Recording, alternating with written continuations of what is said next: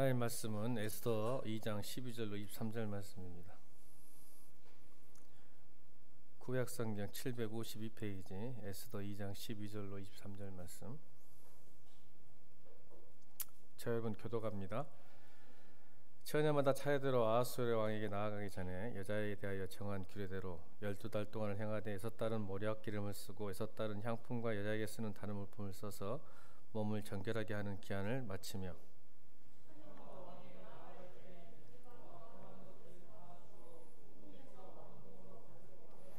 저녁이면 갔다가 아침에는 둘째 후궁으로부터 돌아와서 비변을 주관하는 내시 시아스가스의 수하에 속하고 왕이 그를 기뻐하여 그의 이름을 부르지 아니하면 다시 왕에게 나아가지 못하더라.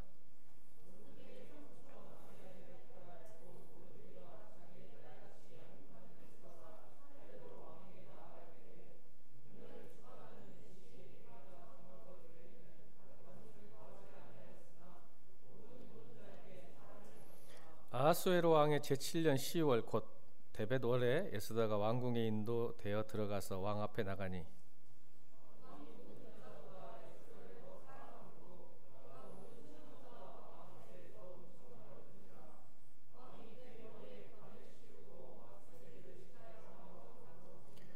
왕이 크게 잔치를 베푸니 이는 에스더를 위한 잔치라. 모든 지방관과 신하들을 위하여 잔치를 베풀고 또 각 지방에 세금을 면제하고 왕의 이름으로 큰 상을 주니라.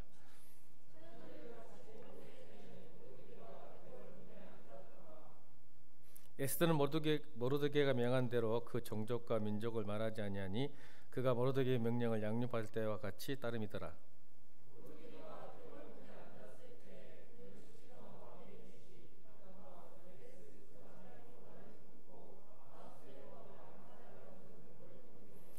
모르드게가 알고 왕후 에스더에게 알리니 에스더가 모르드게 이름으로 왕에게 아뢰니라.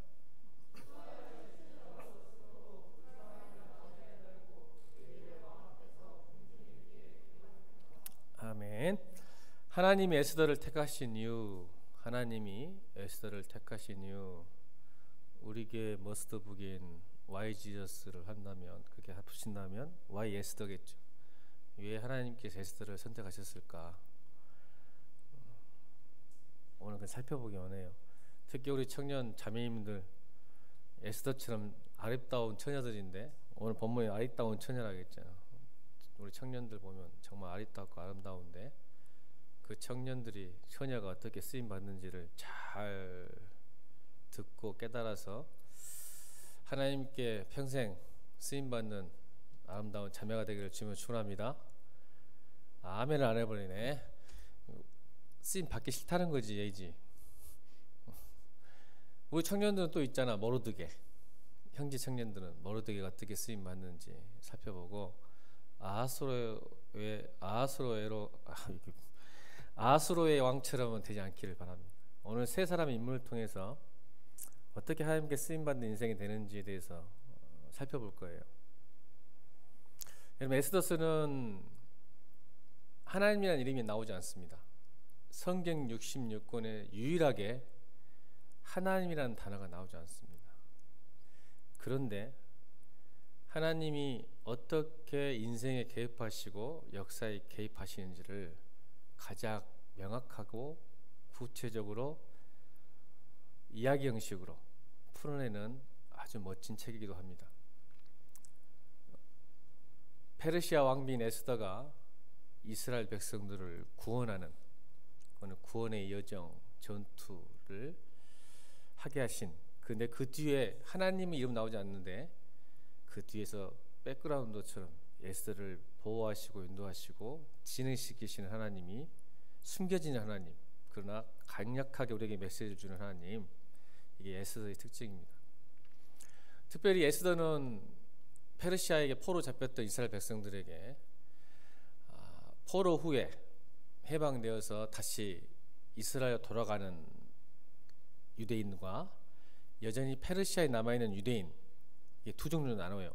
그래서 에스라와 느헤미야를 보면 페르시아에서 떠나서 다시 고향 땅 이스라엘로 돌아가는, 그래서 성전을 짓고 성벽을 건축하는 에스라와 느헤미야 사라면, 에스더는 여전히 페르시아에 남기로 한 디아스포라들, 흩어진 유대인들.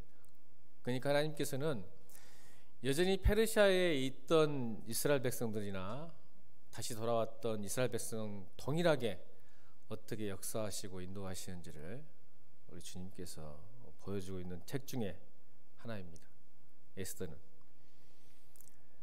그래서 여러분이 오늘 이 1장하고 2장 큐티 하셨을 텐데 오늘 특별히 어떤 관점에서 말씀드리고 싶으냐면 어떤 사람을 하나님이 택하셔서 택하셨는지 또 어떻게 쓰임 받는지를 이 세 인물을 비교하면서 설교하려고 그래요. 먼저 아수르의 왕, 페르시아의 왕이죠. 이 아버지가 다리우스 1세입니다. 그러니까 다리우스 1세가 페르시아의 최고의 전성기입니다. 태평성대 시기였죠. 그래서 이 다리우스 왕 때 또 그 아들인 이 아수르의 왕, 이 두 왕이 페르시아의 가장 전성기여서 여러분 가장 강대할 때 어떻게 하죠?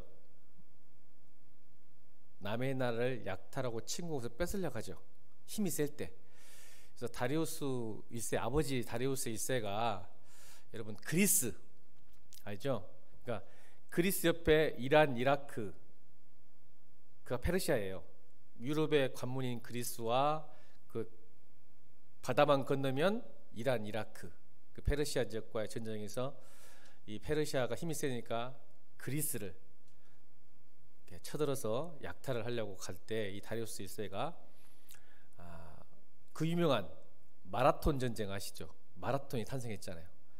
마라톤에서 전쟁에서 집니다. 아버지가. 그래서 그리스에 패하죠. 그 유명한 마라톤 전쟁입니다. 그러다가 이제 그 아버지 꿈을 이루기 위해서 또 이 아수르의 왕, 여러분이 다리우스 1세 아수르의 왕이니까 잘 모르겠죠. 역사책에서. 그 역사책에서는 어떻게 나오냐면 크세르크세스 왕입니다. 크세르크세스가 누구지라고 지금 어리둥절하시죠. 자, 사진 볼까요? 여러분 저기서 보면 오른쪽에 영화 300 아시죠? 300 스파르타와 이렇게 싸웠던 나는 관대하다 들어보셨어요? 패러디 많이 했는데 나는 관대하다. 키가 엄청 컸대요. 이게 역사책에서도 2m 50이 넘었답니다. 역사책에서도 실제 역사책에서도 엄청 크게 나오죠. 그래서 나는 관대하다 라는 크세르크세스가 오늘 에스더의 남편 아수르의 왕입니다. 영화에도 나왔습니다. 영화 300이라는 영화에, 역사책에 동일 인물입니다. 오늘 에스더의 남편이, 저거 이제 오른쪽은 배우고요, 왼쪽은 이제 그림을 그려놨거든요. 상상을 해서. 키는 컸다고 역사책에서는, 그리스 역사에는 나옵니다. 이 아수르의 왕 때 활동했던 그리스의 철학자가 누군지 아세요? 소크라테스예요. 피타고라스. 그 시대, 지금 여러분 역사예요. 이게 에스더서가 역사책이에요. 역사책 성경은. 그래서 지금 이 그리스를 침공할 때 이 아수르의 왕 때 활동했던 아테네, 그리스 아테네 유명한 철학자가 소크라테스였고 피타고라스였고, 중국은 공자가 살았던 시대입니다. 공자. 그때 이 아수르의 왕이 오늘 주인공인 에스더의 남편입니다. 아버지의 유업을 위해서 그리스도도 또 2차 침공합니다. 근데 패합니다. 살라미스 전투 들어보셨죠? 역사책에서. 살라미스 전투에서 져버립니다. 그때부터 페르시아가 국세가, 나라가 쇠퇴하기 시작해서 그 전쟁 이후로 이 아수르의 왕이 13년 후에 이제 나라가 국력이 기울어져 가거든요. 13년 후에 암살당합니다. 에스더의 남편이 죽습니다. 13년 후에 전쟁, 이 살라미스 전투 이후에 다시 돌아와서. 그래서 이 본문은 어떤 때냐면 오늘 원래 황후였던 와스디 황후가 폐위되고 다시 이제 에스더라는 새로운 왕비, 유대인의 왕비가 즉위하는 장면이죠. 1장과 2장이. 근데 그때 이 살라미스 전투에서 지고 돌아오는 시기입니다. 살라미스 전투에서 져서 돌아와서 새로운 왕비를 맞이하는 시기가 오늘 1장, 2장입니다. 역사하고 밀접하게 관련되어 있어요. 여전히 강력한 나라였습니다. 그렇기 때문에 잔치를 6개월 동안, 전쟁에 졌는데도 불구하고 잔치를, 아마도 해유책이었겠죠. 전쟁이 있으니까, 사기가 떨어졌으니까 각 지방, 지금 말하면 도지사들, 장관들 다 불러놓고 6개월 동안 잔치를 합니다. 오늘 1장에 나오죠. 6개월 동안. 엄청난 국력입니다. 잔치를 6개월 동안 해요. 그리고 가서 그거 끝나고 또 7일 동안은 온 백성들에게 잔치를 베풀. 이게 보통, 여러분, 우리나라 전체, 우리가 뭐죠? 우리 코로나 때 받았던 뭐 장려금 15만, 20만 원 주는 거 있잖아요. 그것처럼 7일 동안 모든 백성들이 먹고 마실 수 있도록, 그만큼 국력이 강대하고 왕성한 나라였다는 뜻입니다.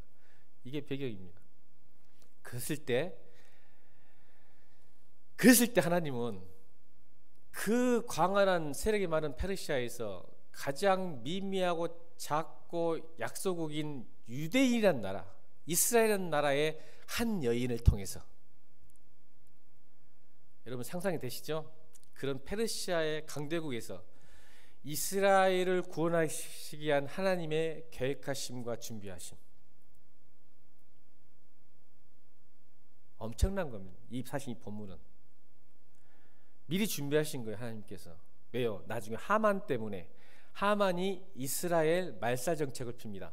우리도 일제시대 때 창씨개명을 하고 자꾸 이렇게 징용을 번역해서 우리의 씨를 말려버렸던 일본을 보게 되죠. 그것처럼 하만이 이스라엘 백성들을 말살하는 정책을, 하나님은 아시죠? 우리는 모르죠. 지금 이스라엘 백성은 모르죠. 근데 하나님은 한 번 구원하는 백성을 지키시기 위해서 지금 에스더를 사용하고 계시는 겁니다. 심으신 거죠. 심으신 거예요. 페르시아의 가장 중심부에. 나중에 누가 설득합니까? 에스더가 그 가장 최강국인 왕을 이 에스더가 설득하게 되죠. 이런 관점에서 에스더를 보면 하나님의 굉장한 구원하심의 역사가 놀랐던 사실을 알게 될 것입니다. 그래서 이 아하수라 왕의 특징을 보면 결국 하나님의 통제와 은혜가 없는 사람들의 특징이 무엇인가를 알 수 있습니다. 오늘 세 사람을 비교해서 어떤 사람이 하나님께 쓰임받은 인생이고 어떤 사람이 사람에게 인정받고 칭찬받는지 오늘 성경에 다 나옵니다. 하나님과 사람에게 칭찬받은 사람이 어떤 사람인지를. 자, 오늘 1장, 에스더 1장 12절 보겠습니다. 아하수라 왕이 어떤 사람인지.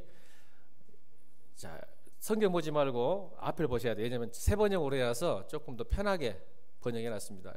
에스더 1장 12절, 아하수라 왕이 어떤 사람인지. 시작.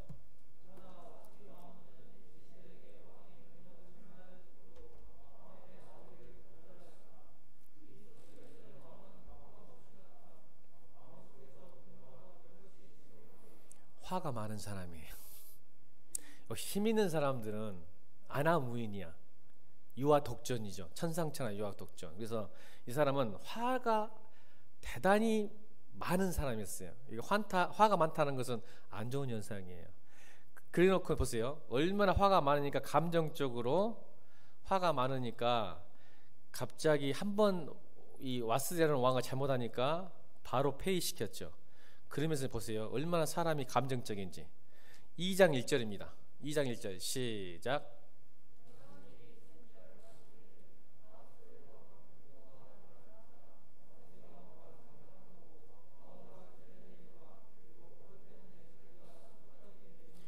금방 후회하죠.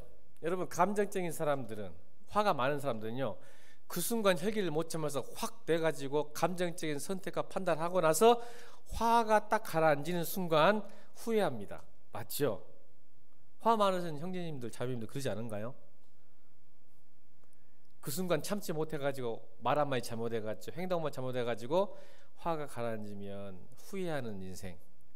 이게 하나님이 통제하지 않고 은혜가 없는 사람들의 특징인 것 같습니다. 그래서 감정적인 사람들은 이 아하수로 예양을 보면 항상 감정적인 사람들은, 화가 많은 사람들은 극단적이고 자극적인 해석과 의미를 부여합니다.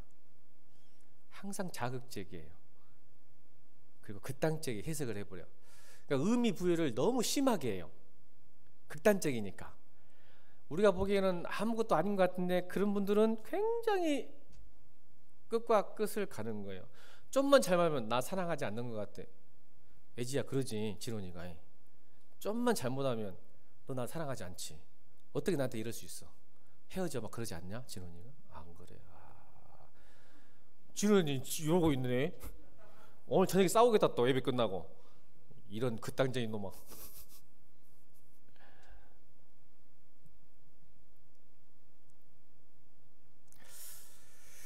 그래서 이런 사람들은 고집불통이에요. 여러분 고집불통이라는 뜻이 무엇일까요? 자기가 듣고 싶고 원하는 것만 바라는 사람입니다. 고집불통. 자기가 듣고 싶은 말 듣고 보고 싶은 말 보고 있는 것, 이게 고집불통이죠. 그래서 이 사람들하고는 대화가 안 돼요. 소통이 안 되죠. 지금 여러분 QTS면 이 말이 아하수라왕에게 다 있다는 것을 금방 깨닫습니다. 지금 정리한 거예요. 제가 푼 거예요. 1장과 2장의 아하수라의 행동을 보면 고집불통이 말 안 들어요. 지 고집대로 살아요. 내가 보고 싶고 내가 듣고 싶은 말 하고 사는 거, 이게 고집불통이라는 거예요. 그리고 기가 얇아요. 이 사람은 자기한테, 그러니까 자기가 원하는 것을 신하들이 말하면 좋고 신하들이 반대하면 짜증나요. 화가 나요. 이런 폭군들이 그러잖아요. 그래서 간신들이, 폭군들 옆에는 항상 간신들이 있잖아. 왕의 귀가 들리기 좋은 소리만 하는 놈들은 출세하지만 왕을 진짜 위해서 바른 소리 하면 왕이 그 사람을 싫어하는 것처럼, 이게 아하수르 왕이었어요. 그래서 자꾸 와스리 왕과 마음에 안 드니까 어떻게 했으면 좋겠어 물어봤어요. 그때 이 간신들이 땡깡 자르고 새로운 여자를 만듭시다. 좀만 생각했으면 좋을 텐데 기분 나쁘니까 그렇게 함께 살았던 와스리 왕후를 폐위시켜버리는 그 순간적으로 그런 모습. 또 뒤에 나와요. 또 계속 즉흥적이고 극단적이고 그런 모습을 보게 됩니다. 그래서 소통이 안 돼요. 그래서 늘 이스라엘 사람에게는 어떤 그 나름대로 상황을 보는 것보다 무엇이 옳고 그른지를 이부분적으로 나눠버려요. 상황에 따라 이럴 수도 저럴 수도 있는데 그냥 옳고 그름으로 네가 옳으냐 나쁘냐 이런 식으로 이부분적으로 딱딱 나눠버려요. 이게 아하수르의 왕의 모습. 결국 하나님의 통치와 은혜가 없다면 화가 많은 사람들의 특징인 것 같습니다. 오늘 포인트가 그게 아니죠. 그렇다면 오늘 모르드게는, 오늘 본문에 나오는 모르드게는 어떤 사람이었을까요? 하나님께 쓰임 받았어요. 모르드게도 어떤 쓰임 받았냐면, 여러분 실컷 일하고 봉사하고 욕먹는 경우가 있습니까 없습니까? 다른 사람에게 잘해주고 욕먹는 경우가 있을까요 없을까요? 저는 많습니다. 옳은 일을 하고도 모함을 받고 감옥에 가는 사람도 봤습니다. 물론 세상에는 반대도 있죠. 악한 일하고 큰 소리 치는 사람도 있어요. 부정직한 일을 하고 나서 상 받는 사람도 있어요. 그러나 그것도 이 세상의 전부는 아니죠. 그래도 억울한 일이 많고 열심을 다하고 정성을 다해도 어려움을 겪는 이야기가 더 많은 것 같습니다. 하나님의 자녀들도 마찬가지예요. 뜻밖의 고난을 많이 겪고 시험을 겪습니다. 어려움을 당합니다. 그런데 성경은 오늘 모르드게를 통해서 놀라운 진실을 하나 가르쳐주는데, 자 따라합시다. 크리스찬은 모든 일에 우연이 없다. 이걸 믿는 사람입니다. 크리스찬은. 오늘 모르드게가 오늘 19절부터 23절에 나온 이 본문이 모르드게가 어떤 믿음을 갖고 있는지를 정확하게 설명해 줍니다. 이런 사람은 쓰임 받습니다. 여러분 어떤 이야기입니까? 모르드게가 성문의 문지기, 이 말은 그렇게 높은 벼슬이 아닙니다. 아주 하위급 관리예요. 하위급 공무원이에요. 근데 우연치 않게 문지기를 하다 보니까 듣습니다. 왕을, 아하수르의 왕을 암살하는 계획을 알고 이거를 정보를 줍니다. 그래서 이걸 들었던 아하수르의 왕이 조사를 시킵니다. 진짜인지 조사해 봤더니 한번 읽어볼까요? 자 23절 읽겠습니다. 오늘 마지막 절 23절 시작.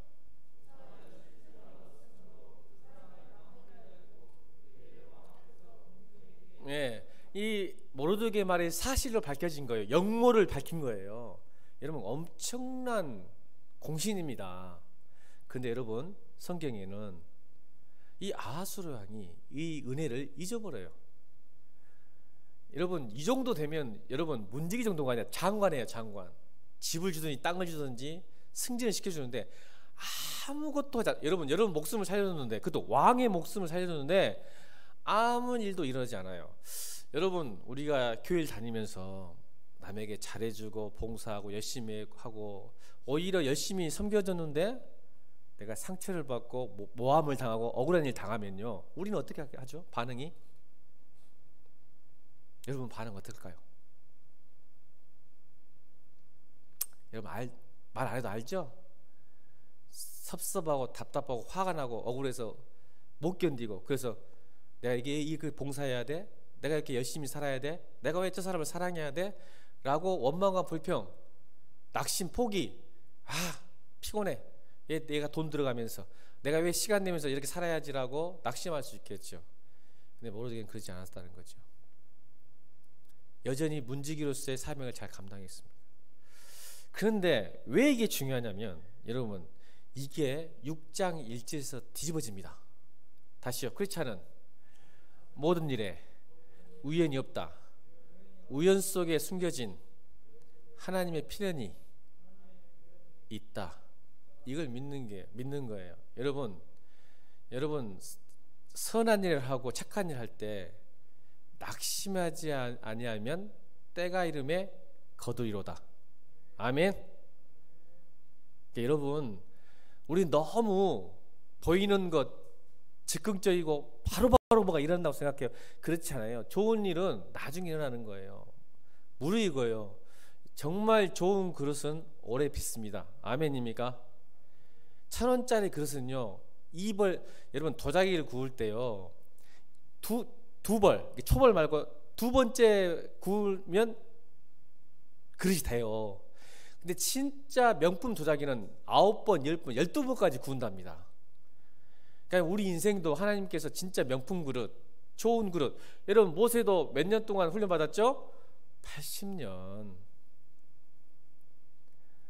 좋은 것은 오래 빚어요. 그러니까 너무 신앙생활하면서 나는 이렇게 많이 안 변할까, 나는 이렇게 하나님의 쓰임 받지 않을까 걱정하지 마세요. 여러분, 하나님은 좋은 그릇일수록 대기 만성령이에요. 아멘. 잘 빚었다가 가장 귀한 데 쓰시려고 그러는 것 같아요. 그래서 여러분 낙심하지 마세요. 이게 역전됩니다. 아마 모르드게는 잊고 살았을 거야. 뭐 그럴 수도 있지. 내가 공을 세웠지만, 왕의 목숨을 살렸지만 그래도 나는 잘한 거야 라고 있었는데, 결국 이것이 하나님이 쓰임을 받습니다. 오늘 23절에 궁중일기에 기록하니라로 끝났어요. 근데 오늘 에스더 6장 1절에 이게 뒤집어집니다. 엄청난 역전이 납니다. 자, 6장 1절 성경책 볼까요? 에스더 6장 1절 성경책 봅니다. 6장 1절 찾았습니까? 시작.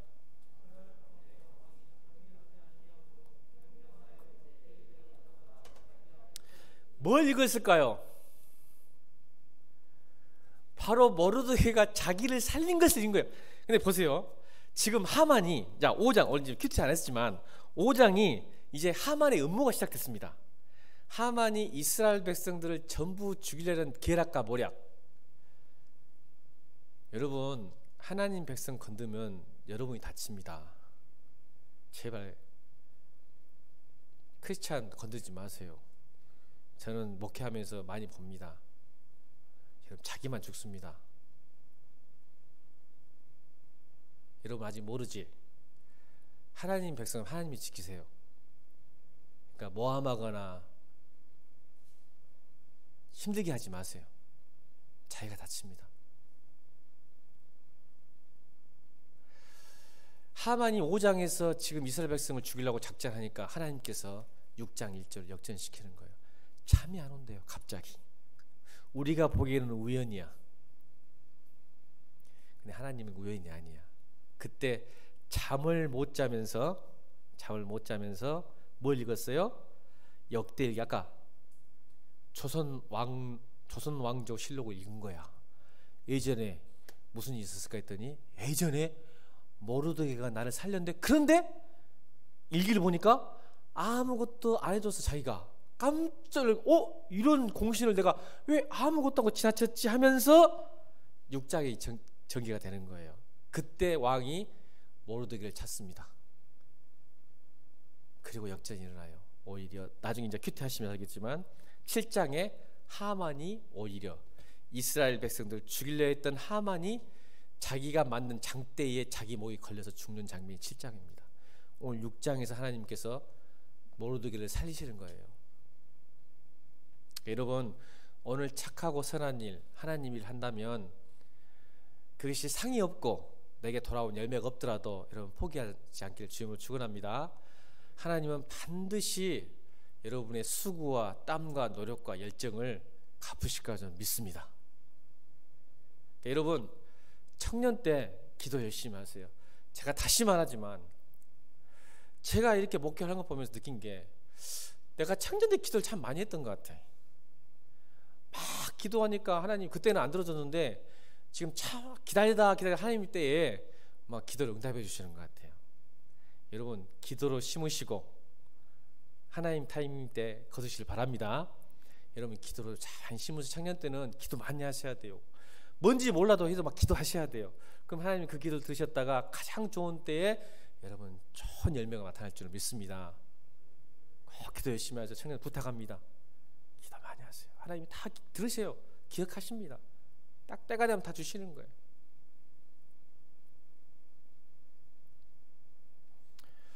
여러분, 다시 말합니다. 우리 인생은 있잖아요, 잘 몰라요. 우리가 그러잖아요. 여러분, 초등학교 때 다시 돌아가 보실 사람 별로 없어요. 왜냐하면 초등학교 때가 내가 원하고 좋아했던 걸 우리 대기 형제, 내가 초등학교 때 좋아하고 원했던 것들 지금 원하고 바라면 어떻게 되지? 그렇지. 우리 인생이 그래요. 여러분, 우리는 몰라. 지금 내가 좋아하는 것이 좋은 줄 아는데 좀 나이가 들고 성숙한 순간, 그때 내가 20대 때 왜 이걸 너무 좋아해가지고 이게 실수하고 실패하고. 자, 지혜는 뭐라고? 야고보서 지혜가 뭐라고? 따라합니다. 살아보지 않았지만 살아보는 것처럼 사는 것, 이게 지혜라고. 다시요, 여러분 청년 20대잖아. 다시 7살, 8살, 9살 때 여러분이 그렇게 원하고 엄마 아빠가 안 주면 울고 땡깡 부리고 소리 지렀던 그걸 원한다면 웃기잖아. 그러면 20대 여러분이 지금 내가 원하고 좋다고 막 땡깡 부리고 없으면 못 살 것 같고 힘들고 낙심하고 그런 것들이 여러분 30대, 40대, 50대 됐을 때 얼마나 무가치한 것을 깨닫길 바랍니다. 그래서 여러분, 성경이 말하는 거잖아. 그런 거 다 쓰잘데기 없는데. 그게 지혜예요. 여러분이 생각하는 게 다 나쁘다는 게 아니야. 지금 내가 열심히 이거 없으면 못 살기 같은 것이 여러분 40, 50대면 내가 뭐 얻으려고 이랬을까?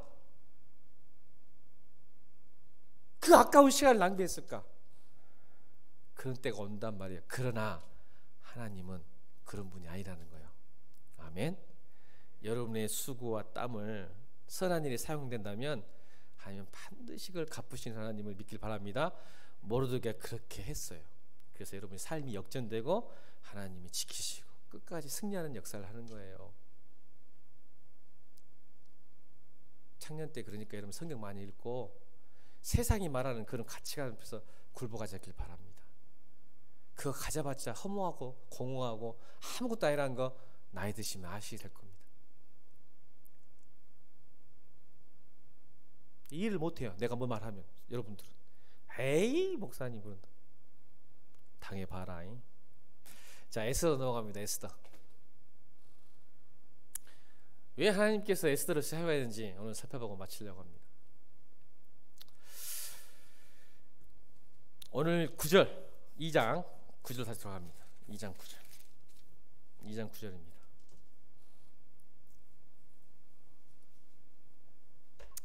이 장 9절 읽겠습니다. 시작.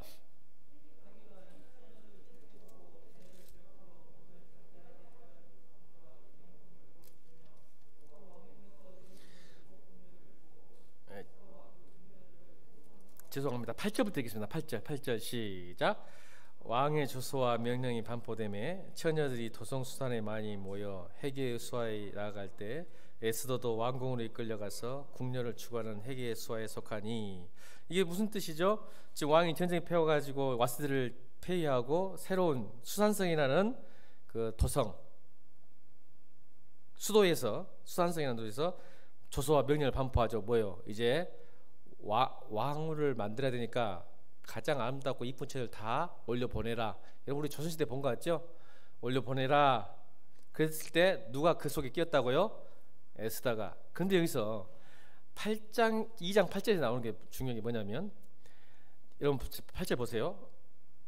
헤게의 수하에 동사 3개가 나와요. 동사 3개가 나아갈 때 이끌려 속하니 8절에 그죠? 나아갈 때 이끌려 속하니 이건 전부 원어에 보면 수동태로 되어 있어요. 수동태. 수동태란 무슨 뜻이죠? 내가 원하지 않아도 무엇인가의 힘에 끌려서 어쩔 수 없는 상황에 가는 거 말이죠. 수동태. 맞아요, 안 맞아요? 자, 에스더가 본인이 왕후가 되고 싶어서 미스 코리아 진되고 싶어서 내가 서류 내 가지고 내가 아수르의 왕비가 되려고 도성 수산으로 가야 되겠다고 맘먹은 거예요? 아니면 누군가에 이끌리고 끌려서 간 거예요? 대답 안 할 거예요? 오늘 10시까지 하자는 소리 이제.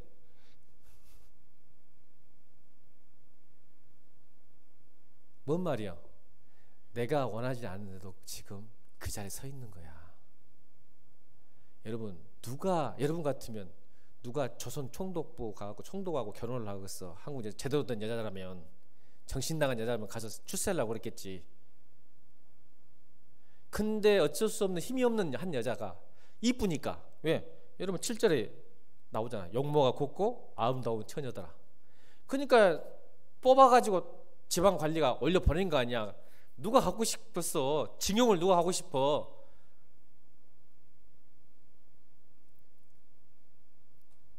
이게 첫 번째입니다.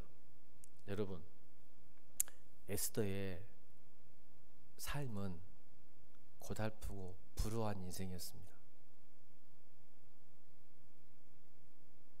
자기가 원하지 않았는데 이 땅에 태어나는 순간 포로였습니다. 이 땅에 태어난 순간 여러분 어렸을 때 부모님을 잃었습니다. 7절 읽겠습니다. 2장 7절.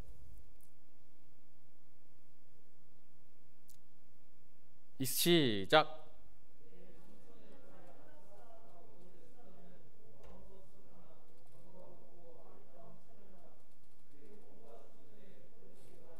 여러분 보세요. 부모가 없었더라. 에스더는 부모가 없는 불안한 환경에 자랐습니다. 수동태입니다. 내가 원했겠습니까? 부모가 없는 거. 근데 포로 생활했습니다. 포로. 일제시대에 태어난 거예요. 가장 약속 민족인 알 수도 없는 나라, 알아주지도 않는 나라의 여자라. 그것도 그 당시 남자로 태어나 그것도 힘이나 쓰지. 여자로 태어났고 부모도 없어서 삼촌 밑에서 큰 여자였어요. 근데 성경은 용모가 아름답고 아리따웠더라. 오늘 설교 주제가 뭐죠? 하나님께서 왜 에스더를 택하셨을까? Why 에스더입니다.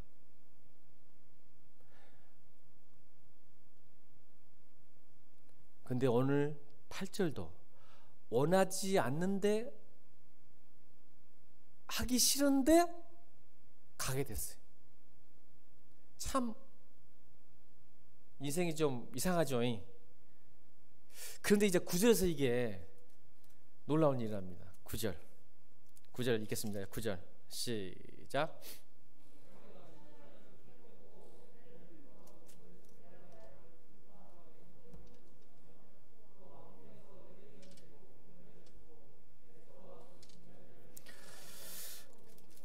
여러분 9절이 사실은 그러니까 좀 성경이 안타까운 게 원어에는 있는데 해석을 안 해놓은 게 있어요. 그래서 근데 여러분 영어 성경을 꼭 집에 가서 오늘 에스더서 2장 9절을 보면 빨리 이해가 됩니다. 영어 성경을 번역하는데 한글 성경만 원어를 번역 안 했습니다. 영어 성경 내가 영어로 하면 발음이 안 좋아서 요걸 같아서 그냥 해석해 줄게요. 그렇죠? 그 젊은 여인은 헤게를 기쁘게 했다. 이게 빠져 있습니다. 지금 9절에. 자, 잘 들으세요. 오늘 여러분이 하나님께 쓰임받고 사람에게 하나님께 칭찬받는 여인이 되는 것은 어떤 경우인지 살펴보는 거예요. 모든 환경과 조건이 수동태로 내가 원하지 않는 삶을 살았어요. 에스더는. 근데 9절에 와서 놀라운 게 뭐냐면 지금 여러분 기분 좋았을까 안 좋았을까? 자기 삶이 가고 싶지 않은 곳에 있으면 서 있는 거야. 내가 어떻게 그 이방 왕 앞에서 선을 봐야 돼? 기가 막히고 자존심 상하지. 이스라엘 백성이고 하나님 백성인데. 그런데 9절에 뭐냐고 하면 누구를 기쁘게 했다고? 헤게 아수르 왕의 궁녀들을 관리하는 신하를 기쁘게 했다는 능동태가 나옵니다. 할렐루야. 우리 청년들 부탁인데 크리스찬이라면 해일 조선이니 상이 안 좋으니 취업이 안 되느니 뭐가 안 좋으니 그런 물론 수동태 맞아요. 여러분 태어나 보니까 이런 땅에 나왔어. 어려운 곳에 나왔어. 근데 그 다음이 중요해. 어쩔 수 없이 내가 거기서 태어났다면 그 다음부터가 중요해. 내가 어떤 선택을 하냐, 내가 그 환경에 조건에 어떤 반응과 선택을 하냐에 따라 하나님은 쓰시고 쓰시지 않는다는 것을 여러분 깨닫길 바랍니다. 에스더는 반응이 좋았어요. 능동적으로 그곳에서 헤게를 기쁘게 해줬어요. 그러니까 뭐예요? His favor, one favor. 헤게의 호의, 은혜, 자비를 받았더라.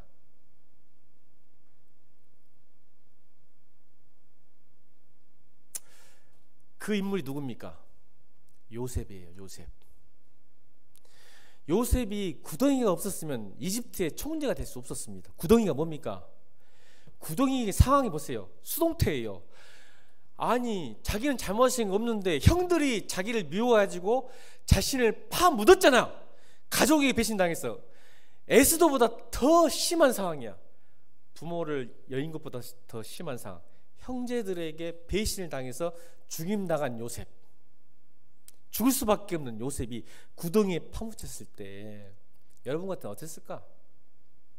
형제들이 나를 죽이려고 하고 구덩이 파묻혀서 노예로 팔렸을 때 여러분은 아마 칼 들고 찾아갔을 거야. 형제들한테 칼 들고. 내가 기회만 보면 네가 탈출하면 내 형들 다 죽여버릴 거야. 여러분 이렇게 원망하고 불평한 사람 하나님 쓰시지 않습니다. 자기도 죽고 그 가족도 망합니다. 근데 보세요. 요셉이 어때요? 구덩이에 들어가 있을 때 지나가던 팔잖아요. 노예. 그래서 갔더니 누구의 눈이 들어요? 보디발의 눈에. 군대장관. 이 말이 무슨 뜻일까요? 여러분 오늘 에스더도 마찬가지야. 수많은 궁녀 중에 유독 자 읽어볼까요? 자 17절 읽겠습니다. 17절. 오늘 2장 17절. 에스더 2장 17절. 에스더 2장 17절. 시작.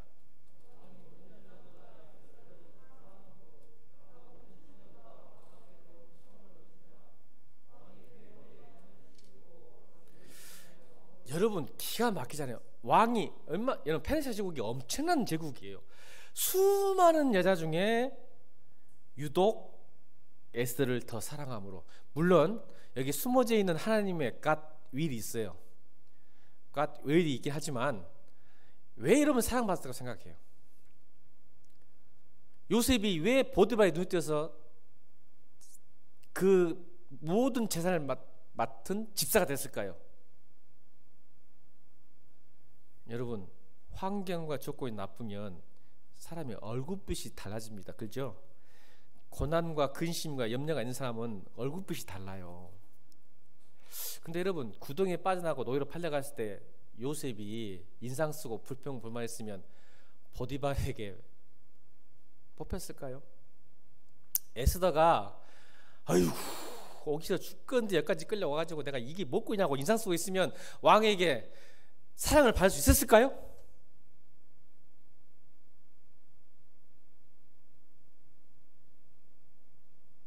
그건 아닙니다.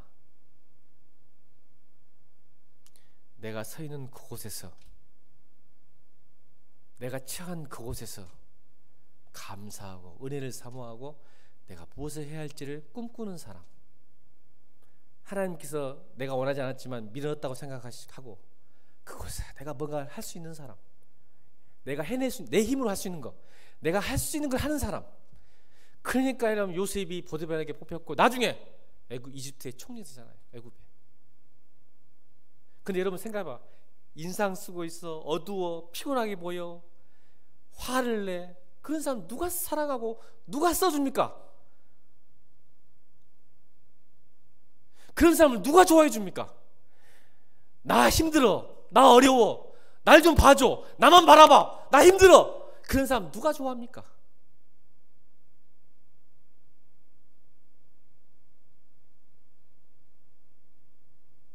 자기 연민이 빠진 사람을 누가 좋아합니까?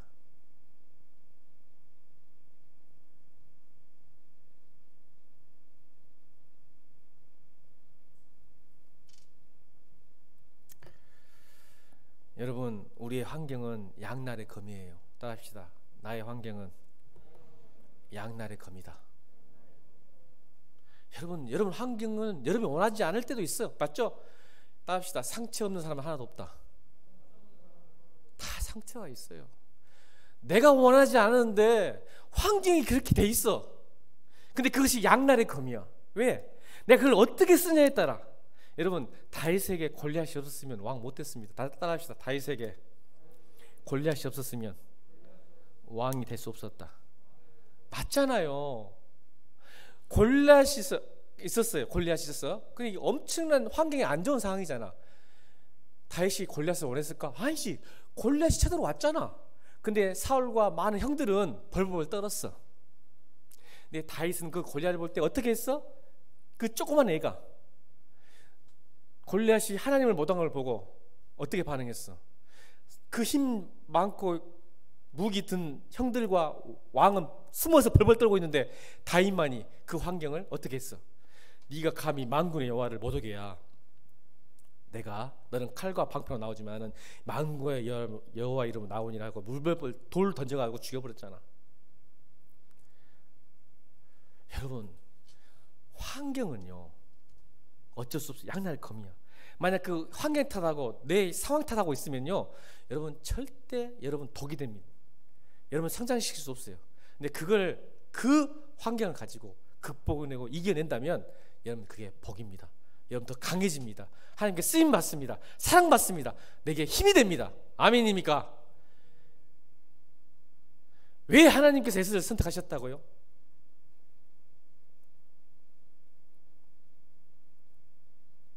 자기 연매발에서 눈물을 짜고 앉아있고 힘들어갖고 처져있는 사람 쓰셨을까요?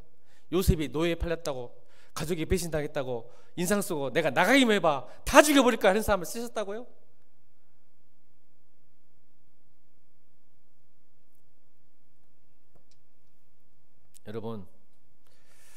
여러분 환경과 고난과 어려움을 원망하지 말고 여러분 기도의 도구로 사용하시길 바랍니다. 여러분 그걸 가지고 나가면요 하나님 반드시 도와주십니다. 하나님 제가 원하지 않았습니다. 근데 하나님 여기 내가 좌절하지 않게 하시고 낙심하지 않게 하시고 불평하지 않게 해주세요. 내게 이길 힘을 주십시오. 소망을 주십시오. 헤쳐나갈 수 있는 지혜를 주십시오라고 기도하십시오. 그것이 환경이 불평의 도구가 된 게 아니라 제가 말했죠. 환경은 여러분에게는 양날의 검이에요. 나를 죽일지 나를 성장시킬지. 그러면 거기 오면요 그걸 기도로 갔어요. 그래서 여러분 기도할 때 하나님 이 무거운 짐을 벗게 달라고 기도하지 말고 다시 따라합시다. 하나님 이 무거운 짐을 벗게 해주세요. 기도하지 말고 이 무거운 짐을 잘 지고 갈 수 있도록 힘과 은혜를 주세요. 이렇게 기도하는 겁니다. 그것이 나에게 힘이 되고 나를 능력을 만들고 나에게 소망을 주고 나를 변화시키기 때문에 그렇습니다. 여러분 그 짐을 벗지 말고 그 짐을 잘 치고 걸어갈 수 있는 힘을 달라고 여러분 기도하셔야 됩니다. 여러분 상처는 우리 인생의 흉기예요. 여러분 문은 족쇄입니다. 거기에 매이지 말란 말이에요. 매이면 아무것도 못해요. 족쇄라니까 수갑이라니까 그것 때문에 계속 매여가지고 아무것도 못해. 아무것도.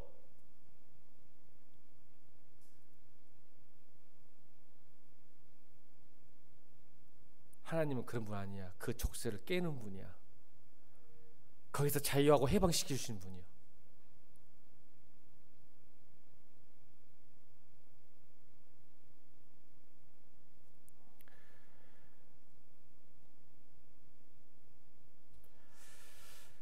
시편 34편 17절 18절 읽겠습니다. 시편 34편 17절로 18절 말씀. 시작.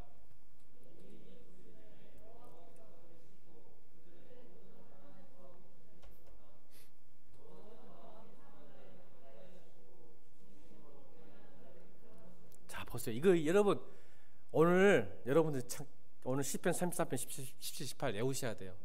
여호와는 마음이 상한 자를 가까이 하시고, 브로큰 하트예요. 영어로 깨진 마음, 상한 마음을 영어는 브로큰 하트라고 해요. 마음이 깨지고 무너진 사람들을 하나님은 가까이 하십니다. 충심으로 통회한 자들, 컨트라이트 하트, 회개한 자들, 통회한 자를 구원하신다. 여러분, 브로큰 하트는요 절대로 사람에게 가져가지 마십시오. 사람은 공감해주고 이래준다지만 여러분 한계가 있어요. 안 됩니다. 다시 따라합시다. 브로큰 하트, 깨진 마음은, 무너진 마음은 사람에게 가져가지 말고 하나님께 가져가라. 어느 정도 사람에게는 위로를 받을 수 있겠지만 해결 안 됩니다. 여러분, 내가 지혜라고 해서 지혜, 실수하지 마. 사람한테 가져가봤자 상처받아. 또 지혜 살아보지 않았지만 살아본 것처럼 사는 게 성경이 말하고 있잖아. 다시 18절 읽습니다. 시작.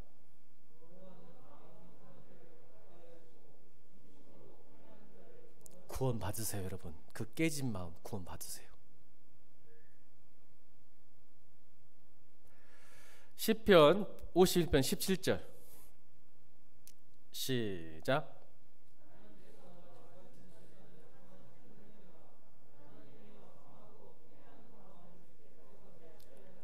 이 상한 심령도 브로큰 하트예요. 우리 주님께서는 다 아세요. 여러분 마음이 얼마나 깨지고 아픈지 다 아신다니까요. 그래서 이렇게 주신 거예요. 하나님께 구하시는 제사, 예배는 이 말이에요. 찢어진 마음이다. 깨어진 마음이다. 하나님이 상하고 통회하는 마음을 주께서 절대로 무시하지 않겠다. 그걸 예배 드려라. 예배! 그걸 드려라. 내 깨진 마음, 낙심하고 아픈 마음을 드려. 그게 예배다. 그럼 내가 절대 널 무시하지 않고 무관심하지 않겠다. 내가 널 볼보겠다. 이 말이에요. 이거를 세번역 성경을 읽어봅시다. 51절 17절 시작.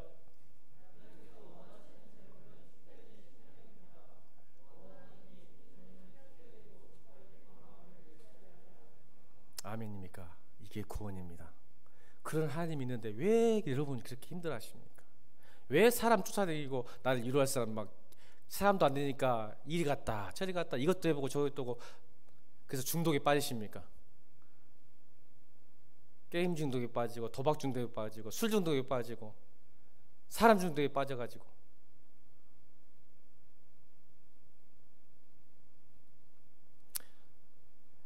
제가 좋아하는 격언 하나 드리고 여러분 마치려고 합니다. 영어 한번 볼까요? 제가 영어 발음을 안 하려고 그래요. 읽어봅시다. 시작. 뭔 뜻입니까? 당신의 상처를 별로 만들어라는 뜻입니다. 멋진 말이잖아요. 당신의 상처 별로 만들어라. 근데 크리스찬은요 이것보다 더 나아갑니다.